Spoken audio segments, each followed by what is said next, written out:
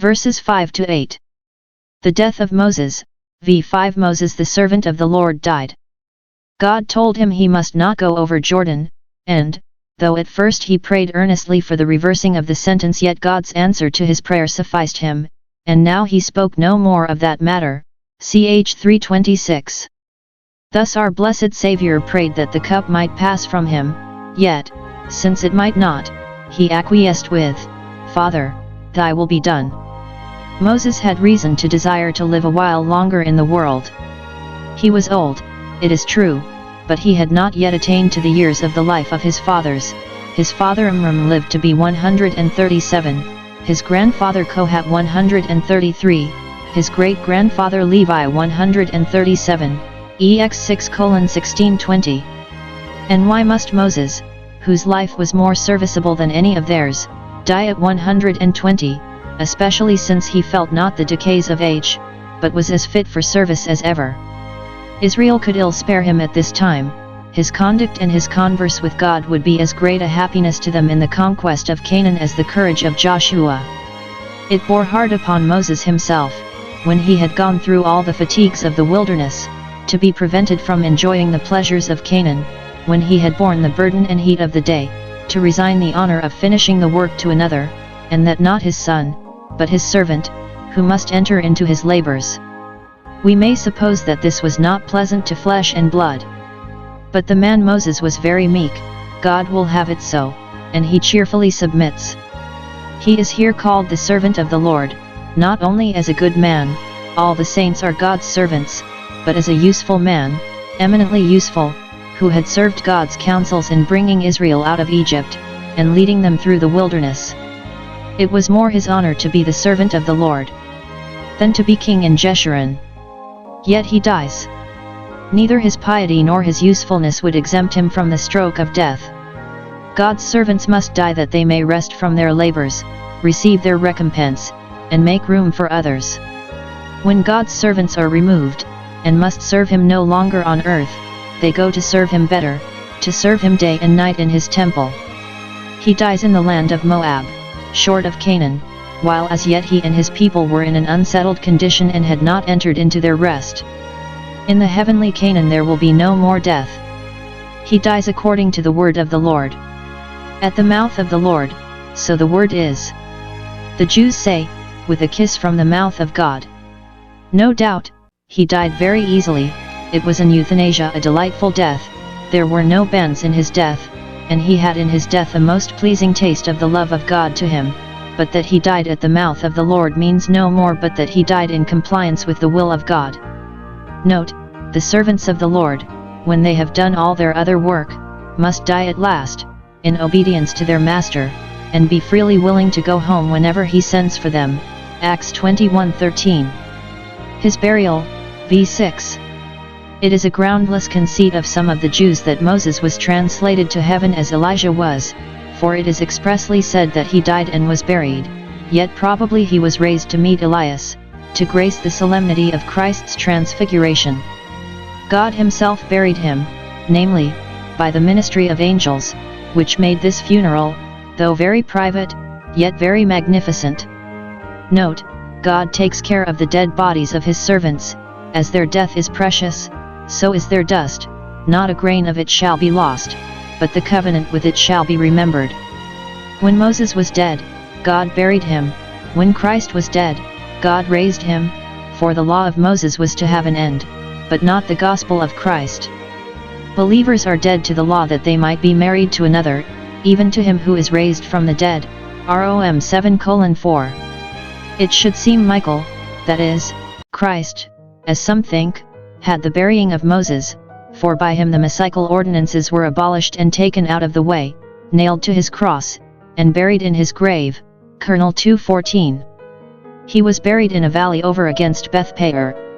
How easily could the angels that buried him have conveyed him over Jordan and buried him with the patriarchs in the cave of Machpelah?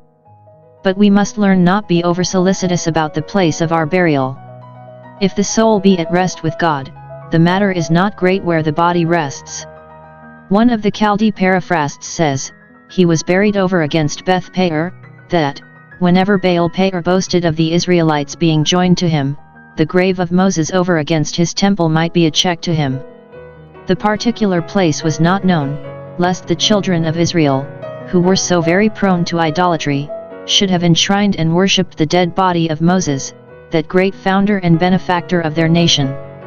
It is true that we read not, among all the instances of their idolatry, that they worshipped relics, the reason of which perhaps was because they were thus prevented from worshipping Moses, and so could not for shame worship any other.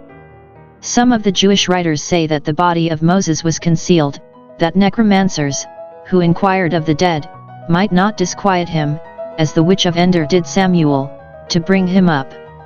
God would not have the name and memory of his servant Moses thus abused. Many think this was the contest between Michael and the devil about the body of Moses, mentioned Jude 90. The devil would make the place known that it might be a snare to the people, and Michael would not let him. Those therefore who are for giving divine honors to the relics of departed saints side with the devil against Michael our prince. His age, v. His life was prolonged to old age. He was 120 years old, which, though far short of the years of the patriarchs, yet much exceeded the years of most of his contemporaries, for the ordinary age of man had been lately reduced to 70, ps 90:10. The years of the life of Moses were 340s. The first 40 he lived a courtier, at ease and in honor in Pharaoh's court, the second 40 he lived a poor desolate shepherd in Midian, the third 40 he lived a king in Jeshurun, in honor and power, but encumbered with a great deal of care and toil, so changeable is the world we live in, and alloyed with such mixtures, but the world before us is unmixed and unchangeable. To a good old age, his eye was not dim, as Isaac's, General 27:1, and Jacob's, General 48:10, nor was his natural force abated. There was no decay either of the strength of his body or of the vigor and activity of his mind, but he could still speak and write and walk as well as ever. His understanding was as clear, and his memory as strong, as ever. His visage was not wrinkled, say some of the Jewish writers, he had lost never a tooth, say others, and many of them expounded of the shining of his face, ex 34:30, that continued to the last. This was the general reward of his services, and it was in particular the effect of his extraordinary meekness, for that is a grace which is, as much as any other, health to the navel and marrow to the bones. Of the moral law which was given by Moses, though the condemning power be vacated to true believers, yet the commands are still binding, and will be to the end of the world. The eye of them is not waxen dim, for they shall discern the thoughts and intents of the heart, nor is their natural force or obligation abated, but still we are under the law to Christ. The solemn mourning that there was for him, v8. It is a debt owing to the surviving honor of deceased worthies to follow them with our tears, as those who loved and valued them, are sensible of our loss of them, and are truly humbled for those sins which have provoked God to deprive us of them, for penitential tears very fitly mix with these. Who the mourners were, the children of Israel. They all conformed to the ceremony, whatever it was, though some of them perhaps, who were ill affected to his government, were but mock mourners, yet we may suppose there were those among them who had formerly quarrelled with him and his government, and perhaps had been of those who spoke of stoning him, who now were sensible of their loss, and heartily lamented him when he was removed from them, though they knew not how to value him when he was with them. Thus those who had murmured were made to learn doctrine, Isa 29:24. Note, the loss of good men, especially good governors, is to be much lamented and laid to heart. Those are stupid who do not consider it. How long they mourned? 30 days. So long the formality lasted, and we may suppose there were some in whom the mourning continued much longer. Yet the ending of the days of weeping and mourning for Moses is an intimation that, how great soever our losses have been, we must not abandon ourselves to perpetual grief, we must suffer the wound at least to heal up in time. If we hope to go to heaven rejoicing, why should we resolve to go to the grave mourning? The ceremonial law of Moses is dead and buried in the grave of Christ, but the Jews have not yet ended the days of their mourning for it.